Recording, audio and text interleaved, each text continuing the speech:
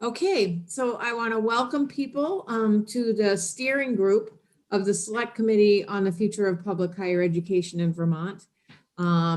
It's Tuesday, February 23rd.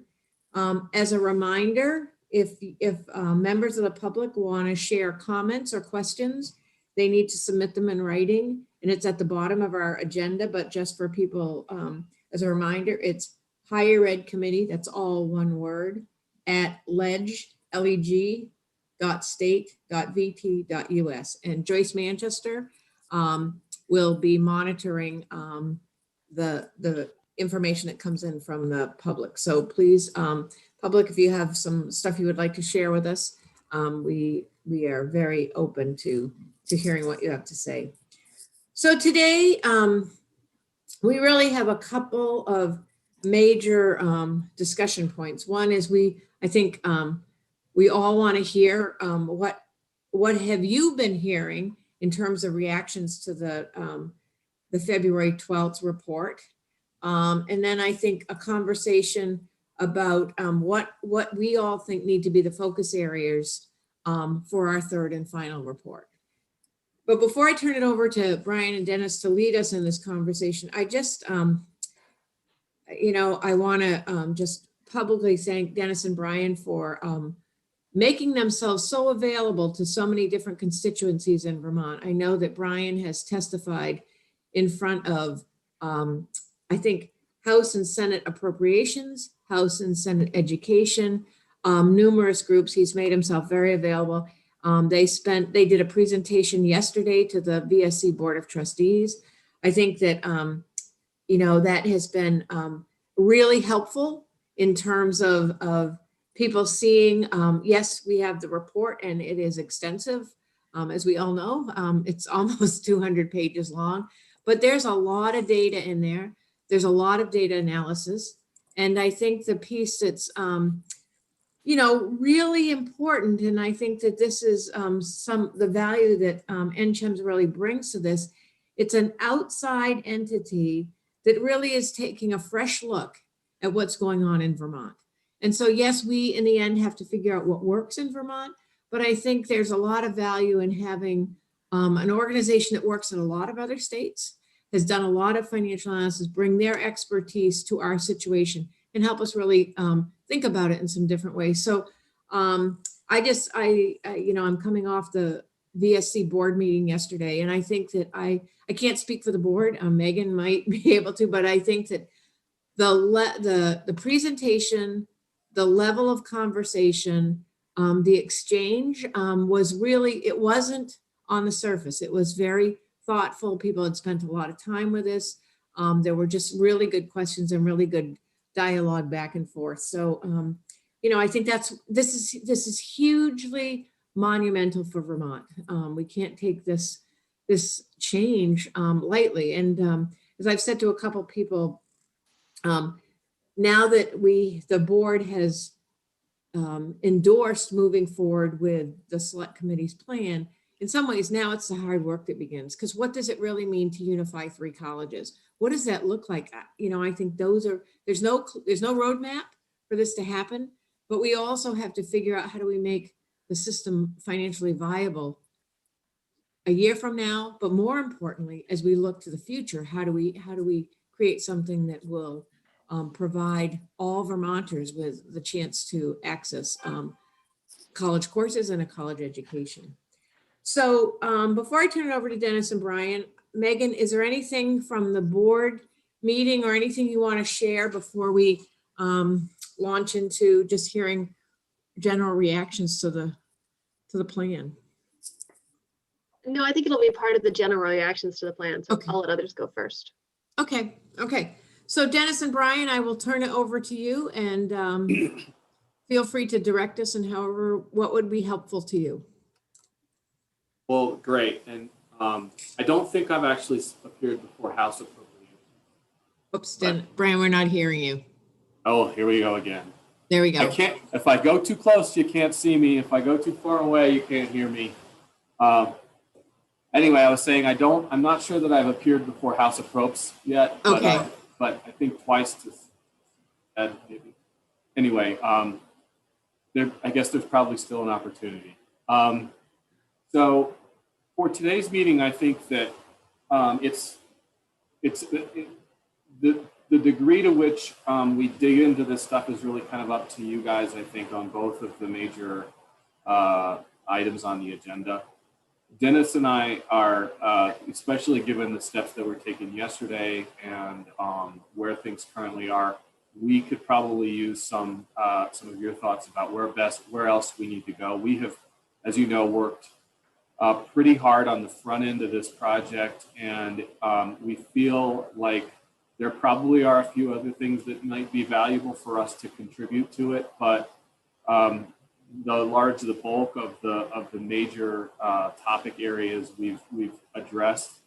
That doesn't mean that there aren't some things that we need to do to the report to tighten it up. There's at least one section that still deserves to be drafted in prose, and then the appendix needs to be cleaned. But really, I think we're looking for thoughts and direction from you guys as to how best to keep the select committee engaged to the end of its tenure, and for whatever content is most missing that needs to be added or adjusted for the final report.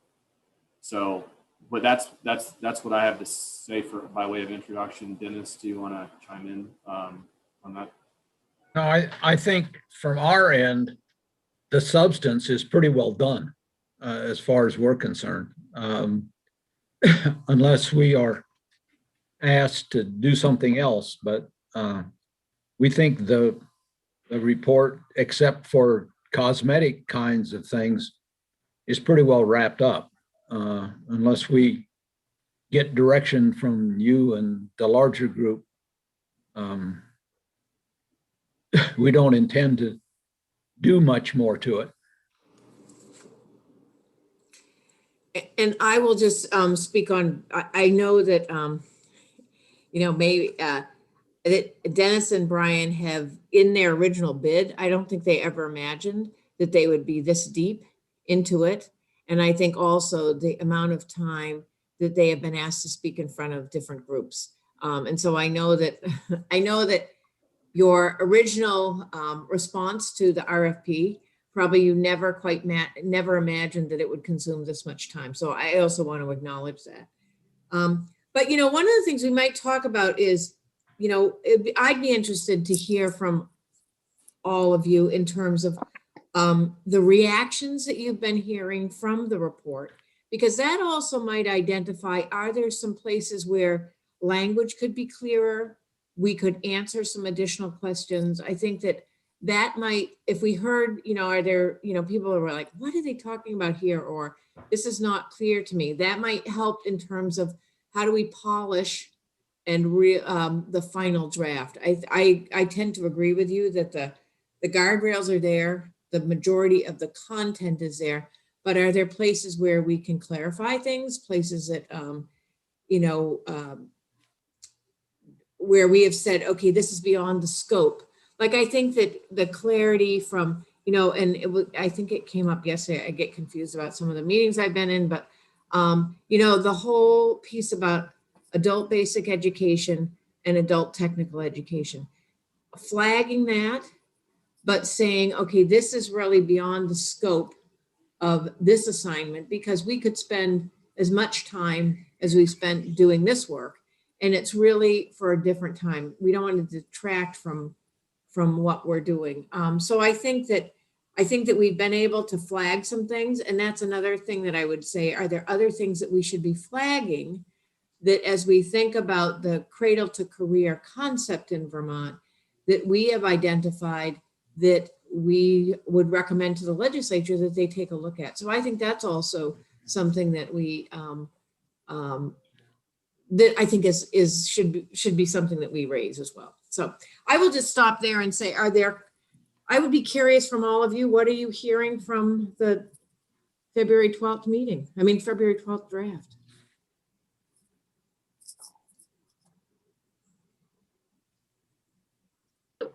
I'll start, Joyce, if I might, but I don't have direct feedback. And I'd say that what we've heard, and particularly in the board's listening session, we've heard a really good balance of folks who have digested the report and both have some ideas to share, but also folks who really support this, particularly from students, which I think has been really compelling. So I don't see further edits needed. And I think it's sparked significant dialogue across the state. We've heard a lot of people talk about it, and people are starting to internalize it and help to draft the path forward.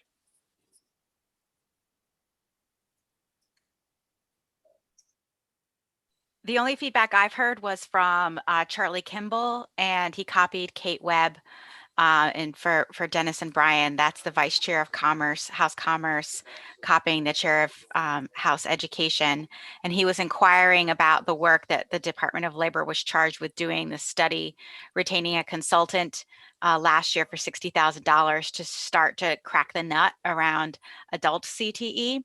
And just as a point of information, I reported back to him that he had a great memory for that part of the bill, and that when the pandemic hit, that was one of the budget items that had not been expended. The contract hadn't been signed with that consultant, so that work never got done. And so I just confirmed with him that that was not, that still is work to be done, and that I had also, after conferring with Heather and Joyce and others, had stood by the recommendation that that work be set apart from this report and on some pathway to be explored in the future. And I hadn't heard back any other feedback from them on that. So it sounds like that flag was duly raised, duly noted, and then also placed aside for now.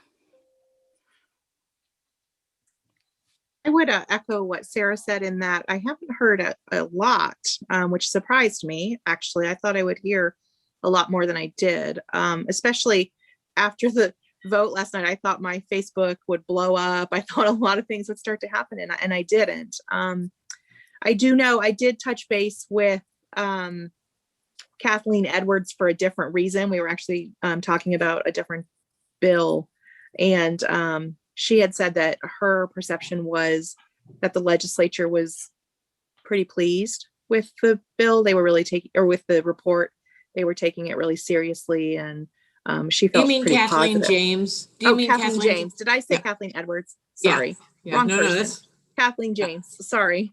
Yeah.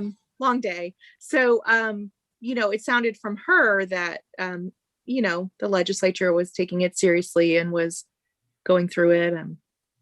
So that's all I have. I thought I'd hear a lot more than I actually did. I'm hoping that that's a testament to the fact that we have had so many opportunities for public comment, that I would like to hope that people feel like their voices have been heard. It's not that, everybody's ideas don't get incorporated into the plan, but I think the idea that people can share their thoughts and ideas and can be part, they can all be part of the mix has been important. Briar, were you gonna? Yep. Yeah. So if I was to amalgamate what I've heard from other leaders in the business community, and I'd first share the caveat, none of them have read the full report. Some of them have done the executive summary. Most of them, know what they know from listening to the news and, talking amongst themselves. So they don't have the detailed information, but they certainly have opinions on where things are going. I would say in summary, I think they're glad that this problem is getting the level of attention that it is getting. They do see this as an opportunity, although, they've seen this kind of opportunity come along before, and reports get written and then they get put on the shelf. So there is a little bit of nervousness that could happen as well. And then I'd say that maybe one of the bigger issues is there's a recognition that it's a big ask that's being requested from the legislature. And the concern is, by providing, so much money, does it in some ways allow the people who need to make the innovative change, does it give them too much rope, and too much time to actually delay the hard decisions that need to occur. And so if there was a summary of feedback, it would be, to make sure it's not that it's too much money to solve the problem, it's that there should be teeth included that say, if you want all the money, over the 5-year period, there's a certain expectation of what would happen in year 1, and that should happen to get the year 2 money. And there's a certain set of things that should happen in year 2, and that should happen to get the year 3 money. And I know that's very uncomfortable for the people receiving the money, because you're making 5-year decisions with yearly allocations of money. But I think that was a concern people had, was just how do you keep the pressure on, because the things that need to be done are uncomfortable, and there'll be resistance to doing them from some factions. Yeah, I think that's fair and a worry. And we tried to pieces in there that your crowd probably didn't get around the timeline. The board and the chancellor's office in there.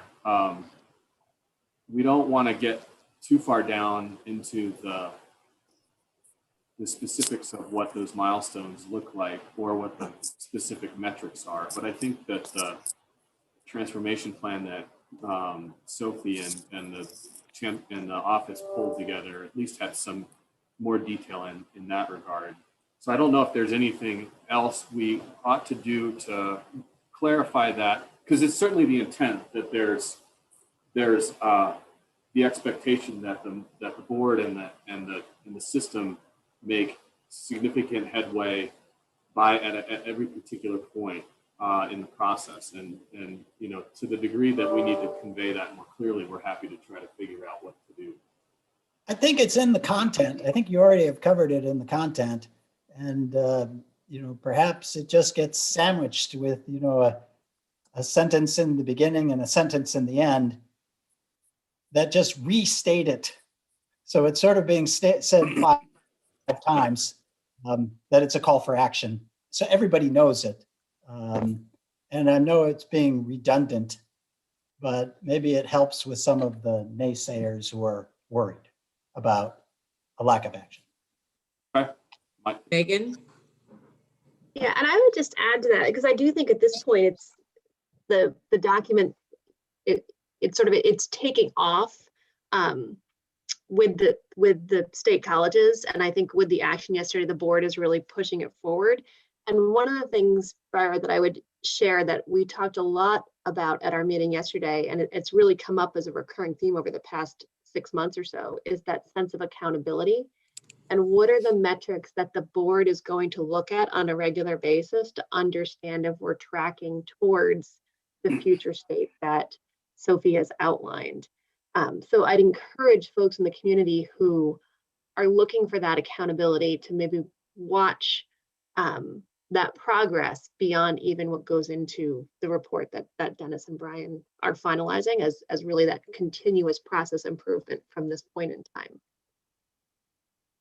Megan, along that line, and this has just popped into my head, and it could be a bad idea, so it's okay to say that's not, but yesterday, the chancellor presented a whole packet of, the timeline, sort of action steps, it was almost a companion piece to the broad select committees piece. And I'm wondering if there's a way when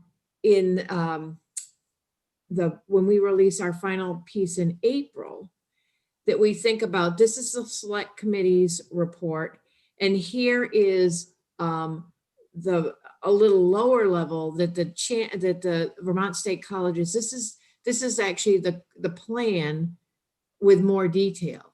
I don't know but I mean, it's a public document. It was shared with the board yesterday. There's a whole, there's a lot of information in there. It's like 15 pages, but I'm wondering if somehow the select committee's report, and then the companion piece really provides, I think what Breyer's asking is, I mean, it's really, there's a lot of information in there, and in the next month, there'll be a lot more information. And I think this is getting to what the board talked about yesterday, is a whole new level of accountability. And the timeline actually spells out, okay, this is, the board will receive information about this on this date and on this date.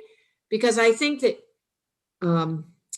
I think there's concern, Breyer, that, you know, that there, we have this one-time money, and it's not buying us to kick the can down the road, but this is one-time money that we have an opportunity to really think and do things differently and have some resources to help us move to the next phase. But we have to do it very strategically, because that money is not going to be there a year from now. So I think helping everyone understand that is going to be critical. So I agree with you, but I think I'm curious what people think about the companion piece. Megan, you've seen that. I don't know, Brian, if you've seen it, but I'm just sort of curious what people might think of that. I think it's an idea that has some merit. I'm thinking of Breyer's idea of inserting sentence. One of them could be simply to say the details associated with the expectations for delivering on this outline are included by the Vermont State College Brian, Board. we're getting about every third word of you. Were they the smart ones? I don't know. I was saying I think that the idea has merit, and I was thinking that we could reference it. I mean, that plan I didn't see that until yesterday or Sunday night. Yeah. And so, I mean, it's possible. It seems to me that one thing we could do is to say, this is the select committee's report on February 22nd. The Vermont State Colleges adopted this transformation plan that will evolve over time, but it includes greater detail around the specific timing of the milestones that it intends to achieve in this path towards transformation. I think from the start, didn't we always intend for one body of work to inform the other body of work, and to plan this so that it would never be at cross purposes, but only sort of relaying the project down the road? So it does make a lot of sense to me that, you know, referencing and including the work and noting that was the intention, and so that no one should look at the two pieces of work or any other piece of work that the state colleges or the board has done to be, they shouldn't be reviewed in isolation as competing philosophies or recommendations, right? Yeah. That's been the whole point. Is, you know, you talk about companion pieces. Are you suggesting going so far as to put the transformation plan from Sophie in an appendix in this report, or should they just be referenced? Megan? I wonder if it's not so much part of the report, but part of the committee discussion, and that maybe a capstone on you handing off the report, which is clean in your report and the select committee's report. Then Sophie has an opportunity to share with the select committee where she's taking it separately. So we're not muddying the line between your independent work and where the colleges did their independent work. Works for me. Yeah, I think referencing it, and somehow, I think, Sarah, your point about they're meant to inform and complement. So, I mean, clearly the work that Sophie presented was very much informed by the select committee's work. We couldn't have, what the VSC came up with we wouldn't have gotten there without the select committee's guidelines. Well, I like the idea of just referencing it and have it be a standalone document. Of course, I haven't read it, so you know, I don't know exactly what's in there, but I would imagine if I was the legislature, and you're getting ready to sign, you know, these big checks, I would want a document that demonstrated the accountability. So it'd be a nice tool for the legislature to lean on as they're considering the recommendations in our report. That's exactly what I was thinking, Briar, that who it would be most useful for would be the legislative committees of jurisdiction that asked for this report. And then to have, okay, clearly the Vermont State Colleges are on board. Here's their action plan. They've already started based on the interim report. So, And I think Great. that Sophie has shared pieces of this. She's been in front of a lot of the committees, particularly the appropriations committees, and I think she's been sharing. I don't know if she shared the whole package like she shared with the board, because that did come together this weekend, all the pieces, but it's been a work in progress. So I think she has shared some pieces of this, but definitely it's but I will also say that that plan has to change and evolve in the next month or 6 weeks. It will look very different a month from now than it looks now, because the detail has got to keep, the sense of urgency is very much there. So at this point, I'm hearing that we at least reference it in our final report. Is that what I'm hearing from folks? Yep.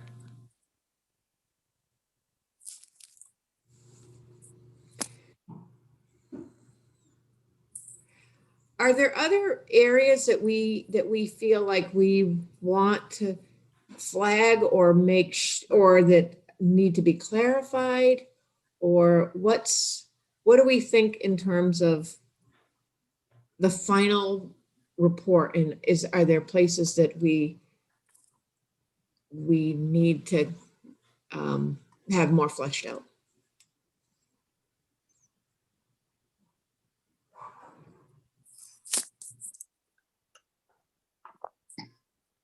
Trace Manchester, do you want to say something? I keep seeing your light up. I'm sorry, I was not muted. I didn't realize I was not muted. Oh, that's okay. So I have been thinking a few thoughts as I've been sitting here, so maybe this will generate a little bit more discussion. The first thing is that I had a conversation with the Speaker of the House on Thursday last week. She had not had much of a chance to read the report yet, but she had looked at the table for the financing, and she knew about the House Appropriations ask from VSC and was a little bit confused about why the numbers look a little bit different. And so with the help of Sharon Scott over at VSC, we put together a crosswalk that sort of defines what the numbers mean in the VSC request and what the numbers mean in the what is it, table 1 or 2 or 3 or 4, right Yes. up front there in the report, right? And part of the confusion is in the capital requests, right? They're kind of all mushed together in the NCHEMS report, and they're very much separate in the VSC study. So we do have a nice crosswalk now. I don't know how many legislators will look carefully enough at the VSC request and the report to know that there's a little bit of confusion there. So I don't know if it would be a useful appendix or something like this in the report. I just don't know. The other thing I would say is that Representative Peter Fagan, who is on the House Education Committee, is working on some of those metrics that might be used by the legislature to look at VSC progress over time in order to be sure that they're still on board with providing more money and watching the transformation. So whether someone should be in touch with him about what his metrics are and what the Board of Trustees metrics are, I don't know. I just thought somebody should know that is going on at the same time. Thank you. First off, the second crosswalk, the more recent one you sent, Joyce, I think did a really nice job of kind of bringing those together. And I don't mind putting it in the appendix, of course. It's just going to have, I'm not sure about referencing the VSC board's ask in the document, other than just to say there's an appendix with the crosswalk between what they asked for and what the what the select committee is requesting over a multi-year period. But anyway, the crosswalk was, I think, quite helpful, and it might be useful for people to be able to see that if they're liable to turn all the way to an appendix to look at something like that. Second thing is, in addition, Representative Fagan mentioned at least one of the meetings I was attending that he was speaking at, that they were thinking about making some interim statements about goals for the year. This is related to the second recommendation that the legislature ought to establish strategic objectives for the Vermont State Colleges and for public higher education. And Representative James had chimed in and said that that's a conversation that the legislature needs to take up under less urgent conditions while they're trying to, balance the demands of the session. So moving that conversation for a period of time for the adoption of strategic objectives to be put in statute for next session. But in the meantime, Representative Fagan was suggesting that they adopt some broad ones that are probably fairly unobjectionable to be active for the period between now and then, around affordability and access and workforce development and so on. So I just thought I'd share that from the conversation I was most recently part of too. As for his metrics, I haven't seen anything that has come out of the legislature that looks like that, but obviously it makes sense for those things to look as similar as your crosswalk made the money look, between what the board is thinking of measuring its progress by and what the legislature progress by. Find some happy, not medium, but agreement around what those.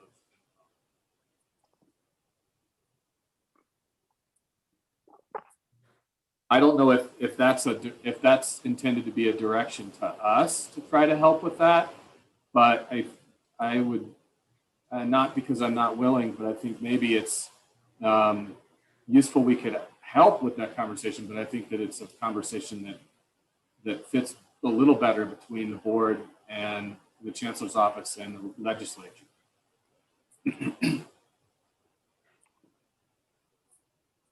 How about I'll reach out to Sophie and we'll decide whether she or I should be in touch with Peter Fagan to talk about where he is with the metrics, because I would want to make sure that that he knows that the board is also working on some accountability pieces. The Council of Presidents with Sophie's working on the accountability measures. So I think we don't want to be working at cross purposes, and how can we complement each other's work? So I am happy to do that. And Joyce, if you happen to come in contact with Peter, maybe encouraging him to reach out to Sophie or to me in terms of, but I will definitely let Sophie know about Peter's interest and his work, because I think that I think we should all be trying to work in the same direction and make sure that we come up with some metrics that work for everyone. So that I think that's great. And if he's done a lot of work on it, let's take advantage of that for sure. Mm-hmm. Sounds good. Anything else, Joyce Manchester? I can report you have no public comments. Okay. Other areas that we are hoping that either need to be clarified or that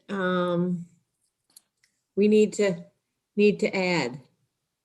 And Heather's leaving us. Heather, thanks for being here. I have a question for the group and maybe Megan in particular. The report does a nice job of identifying classes and the size of the classes. And what it demonstrates is there are a lot of classes that have 5 or less or 10 or less students.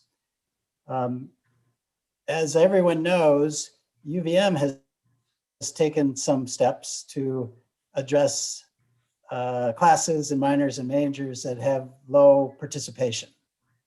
And I think it's fair to say there has been a fair amount of blowback from those steps, even though economically they make a lot of sense. They're rationally can be justified, but emotionally there is a lot of people who feel strongly for lots of different reasons that the decisions were in error.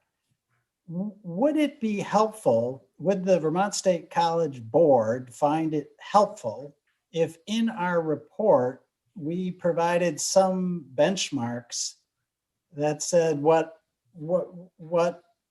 should be minimum thresholds or average minimum thresholds, or would that be a helpful tool, or is that just getting in your way? And would you rather not have that level of help? Yeah, I think it wouldn't hurt, but I don't think it's needed. And it may have, there's other areas Brian and Dennis can focus on, it may have more value. And the reason I say that is because the Vermont State Colleges have actually contracted with RPK Group, which was one of the, I think a group we talked to at some point, to look broadly across the system and do a much deeper dive of what are the right programs, and to think about that question of, you know, where do we think about sizing? What might be interesting, and this I thought where you might be going. So where we're seeing across higher ed is institutions coming together to offer joint degrees. I think it was the Big Ten that came together where there was, you know, not enough students for a major at one institution. They partnered and you could take courses across the Big Ten, which was a pretty foundational shift in higher education. So, you know, some sort of a partnership to bolster a small number of majors that don't have enough students at any of the colleges, UVM or the Vermont State Colleges, might be an innovative path forward. And just as to add to Megan's response, the VSC has a policy that we already look at low enrolled programs. So in October, the VSC did the same exercise as UVM did. And there were a number of programs that were discontinued and a number of programs. And so it's based on two metrics. One is number of students enrolled in a program over a period of years and number of graduates in the last 3 years. And so, and any program that fits those metrics, there has to be an explanation, and this is where the board gets involved there. So every school is asked to look at any program that fits that criteria. And then if you want to continue it, you need to be able to make a case to the board of why it should be continued. And if not, then the program is discontinued. So I think in October, the board discontinued 10 programs, 15 programs. I don't know for sure the number, Megan. I more can't than remember, 10 and fewer than 20. Mm-hmm. Yeah, it's a process that we do every year. And it's really how I will say from a CCV perspective, it's really helpful because it forces you to go back and look. And like for us, we've created a number of meta majors, which is a significant tool that community colleges particularly use, because, you know, at the associate degree level, the broader the base, the better for students as they're preparing to transfer and things. So we didn't get the same kind of press coverage that the university did, but the VSC did and it's an annual process every year. So, and it's hard. It's very hard because there are programs that are for the students who go through those small programs, sometimes it's life-changing. And, but when you look at the economic side of it, that's when it becomes really difficult. So. And I would just call attention to the fact that those metrics are applied to programs. What Briar was talking about and what we had in the report was much more at individual section and class size. Yeah, absolutely. And you can have a fully functioning well-subscribed program that has a ton of small classes in it just because of the way historically faculty have taught or the way that the curriculum have been structured. So, those are both places to look for savings and opportunities to improve programs.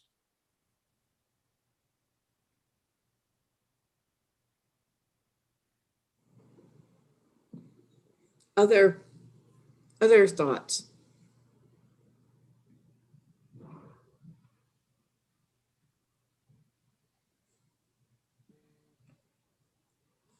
So Dennis and Brian, what do you think are the next steps for this committee? Well, obviously we have a meeting later on in March. Yep. But that's one. But I think that we are.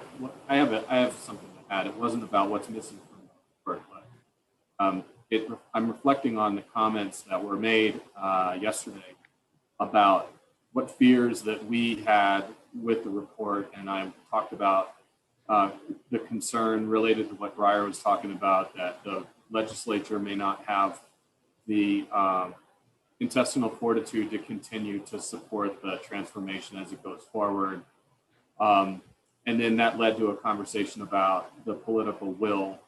And so one of the things that I think that is worth considering in the short time we have left is how can we mobilize this rest of the time the steering group, the select committee has with it to ensure that the reforms are given the best chance to succeed, that folks understand what's been happening, that the conversation, I think, has been very broad in Vermont, but of course we're only seeing it in 2 dimensions. But to ensure that's time, that time with the select committee is well spent to ensure that goes forward effectively. And I offer that up in the context of, it doesn't sound like, at least from your perspective, that there's a lot more refinements and additions and things like that for us to do with the report itself. So just thinking about ways in which the time can be well spent between now and the end of, or middle of April related to this. Brian, can you make the statement that this report is unanimously supported by every select committee member? Insofar as I can tell, that's a fair statement. I haven't heard, no one has contacted me. Actually, that's not true. I have had people contact me, they shall remain nameless, who have said, I need to see some adjustment here or there. And we've been able to accommodate those folks in one way or another. And so, having not heard any additional ones saying this is a road that I can't cross, I would assume that folks are behind it. And all of those comments came before the revised report was finalized and submitted. So there's been nothing since then. I guess there's the possibility that because it's been such a public set of meetings, that somebody's harboring resentment that they are unwilling to express. I guess that's possible, but I don't think that's the spirit in which people join the committee, especially at this point in the process. So I'm hopeful that there isn't anybody, in that condition. I would second that. I think that people have had issues. I think Brian and Dennis have worked to address them. And people haven't come forward with, oh, this is still not what we've worked hard to address some things, but I feel like at this point, no one's come forward to me and said, look, I am not behind this.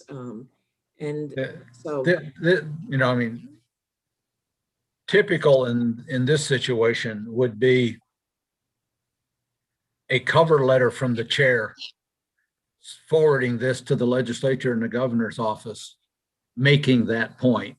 okay, that, that it not be part of the report itself, but it be something from the chair saying, we're pleased at this point to submit the report in response to the legislation, blah, blah, blah. We're also pleased to note that this report has been adopted unanimously by the select committee. Do something like that rather than trying to make the point in the report itself. Did that make sense? I think that's a good idea. I mean, Yeah. it's hard to get 15 people to agree to something who come from such different perspectives, that if in fact it's true, which I believe it is, we should take credit for it. And I think that has some weight, you know, when the legislature looks at it, you see people, you know, who have different horses in the race, and they've all kind of come to the conclusion that this is a common set of recommendations. So I think that's a powerful letter to include.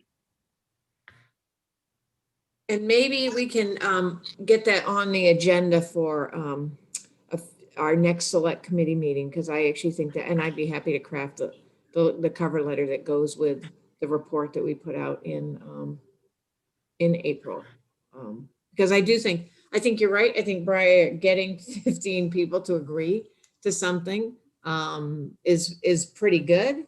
And I think this is, you know, there's in terms of direction, it's pretty dramatic for the Vermont State Colleges. And so I think that it's not without significant weight and it's just significant in the history of Vermont.